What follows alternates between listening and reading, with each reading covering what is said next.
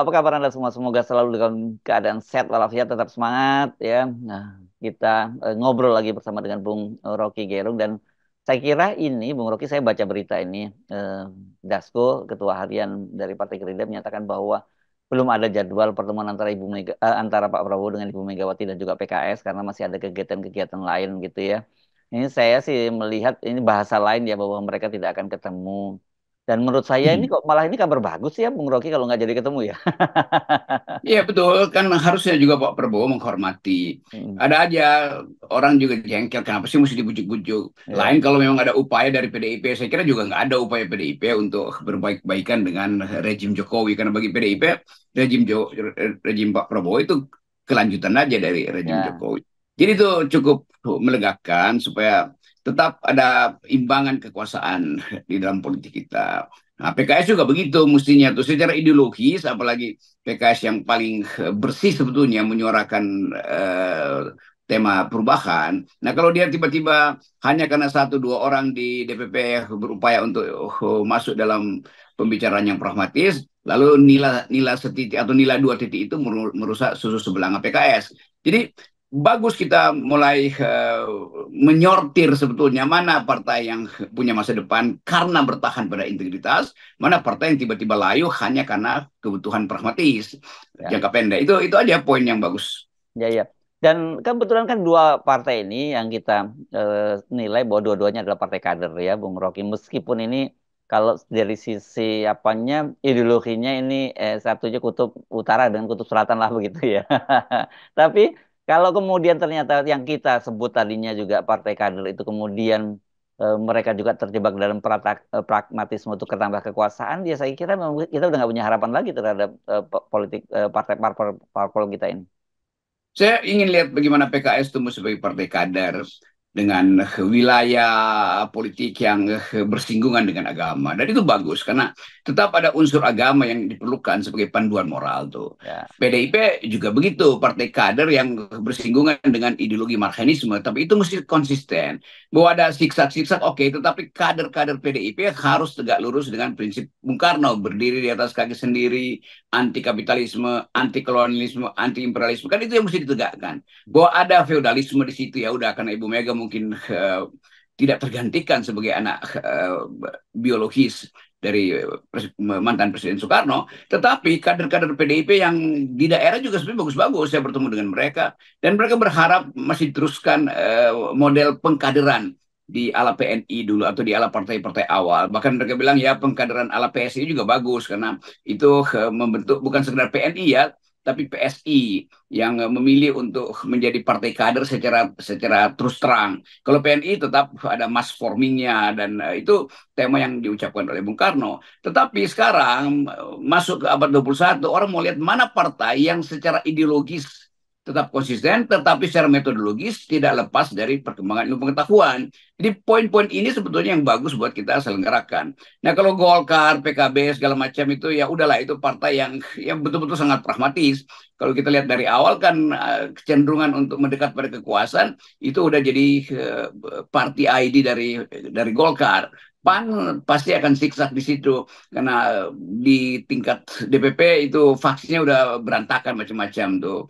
Demikian juga partai-partai kecil yang lain tuh. Jadi sekali lagi bagus juga kalau Pak Prabowo mengerti bahwa sangat sangatlah bijak kalau dia justru tidak menggandeng-gandeng partai-partai yang lain. Soal dukungan di parlemen ya itu ketajaman dan kecerdikan dari Gerindra untuk siksak di parlemen karena parlemen pasti akan dikuasai oleh oposisi minimal PDIP dengan PKS. Jadi kecerdikan politik Gerindra juga dituntut supaya mampu untuk memperlihatkan kemampuan maneuvering dalam politik. Kalau semuanya diminta masuk ya nggak bisa kita lihat dong eh, keluasan dari Gerindra untuk siksa di tengah-tengah mayoritas oposisi di DPR.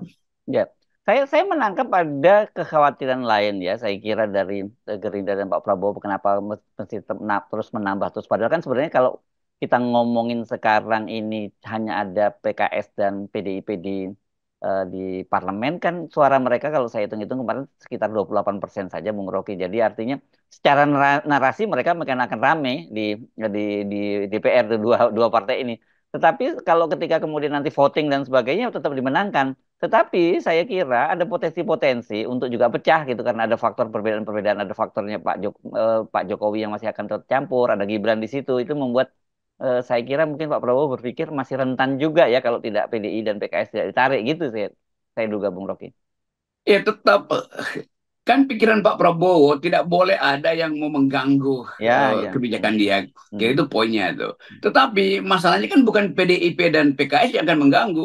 Ya, PDIP dan PKS menetapkan diri untuk mengevaluasi jadi penanding Prabowo dan Gerindra. Yang akan mengganggu tentu justru adalah faksinya Jokowi di dalam 02 sendiri kan. ya, ya. Kan tetap kita lihat bahwa ketegangan di kalangan koalisi yang akan mengganggu juga pasti Golkar karena Golkar Ya. berupaya untuk tahu bahwa ada yang nggak benar tapi nggak mungkin dia ucapkan. Yang akan mengganggu juga PKB itu kan kelincahan-kelincahan politik di dalam faksi apa namanya ini 02 ini terlihat sejak awal bahwa mereka tidak kompak sebetulnya tentang Gibran tuh. Nah kalau PKB ikut masuk juga PKB akan mengganggu, Nasdem ikut masuk Nasdem akan mengganggu tuh. Hmm. Jadi sangat bagus sebetulnya ya udah Prabowo bilang aja kami hanya ingin menyusun kabinet berdasarkan koalisi ketika pemilu kalau Hmm. nggak perlu lagi undang PKS dan PDIP atau Nasdem dan PKB kan.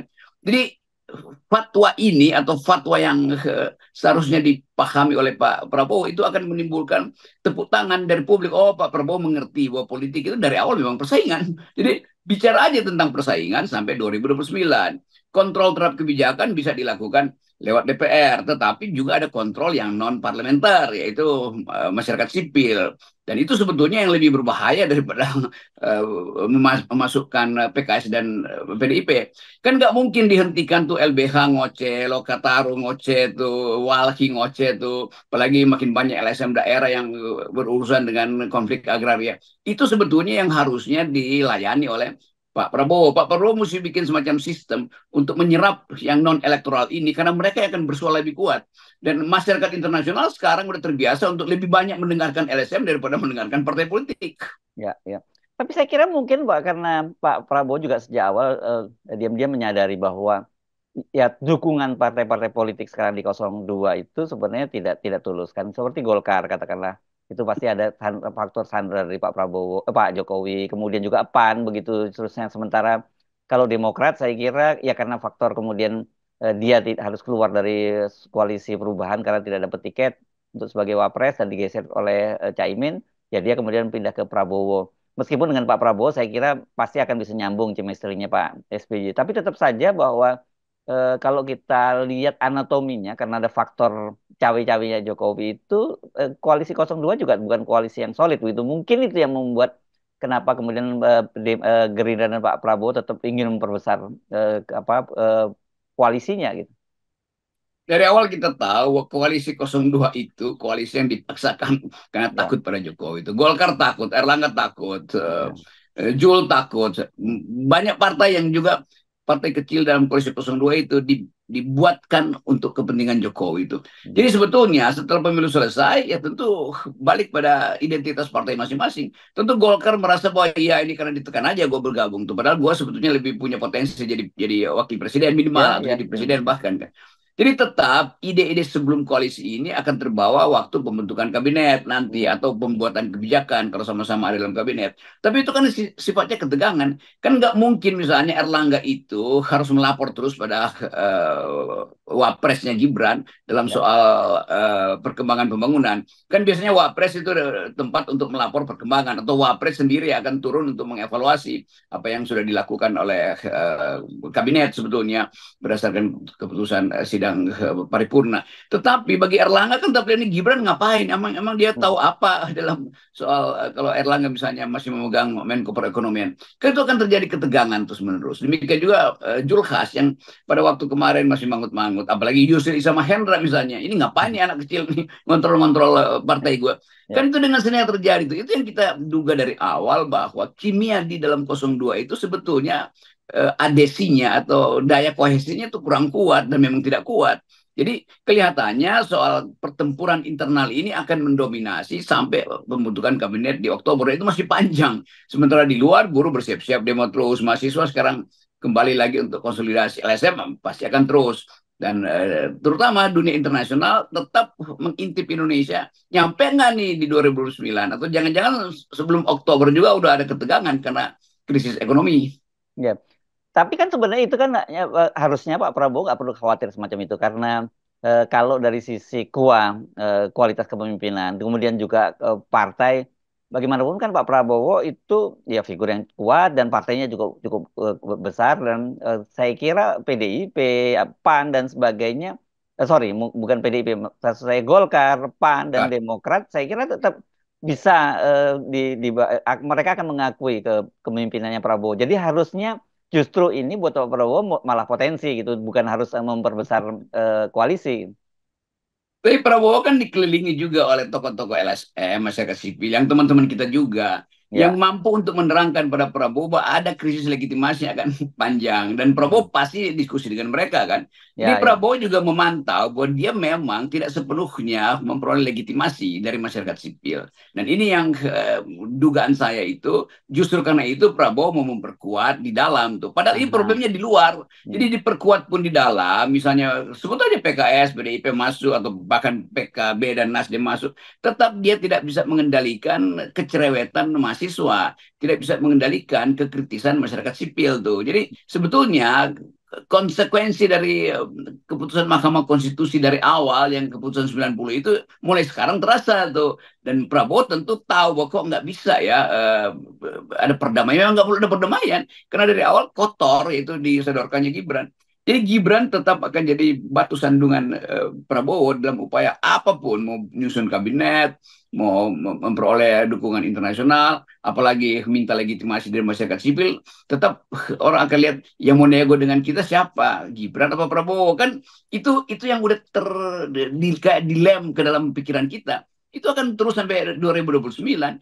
Jadi masalah ini masalah laten yang satu waktu akan meledak, lalu terjadi ketegangan lagi di dalam kabinet. Lalu kita mulai misalnya dengar gosip bahwa si ini memperoleh tekanan dari si itu, yang sana itu lagi ketakutan karena mau diusir, yang sebelah sini nggak mau lagi mendekat karena mau ditabok misalnya. Kan gosip-gosip itu akan terjadi. Dia benar apa tidak benar, tapi Ya. kita mesti anggap itu potensial terjadi.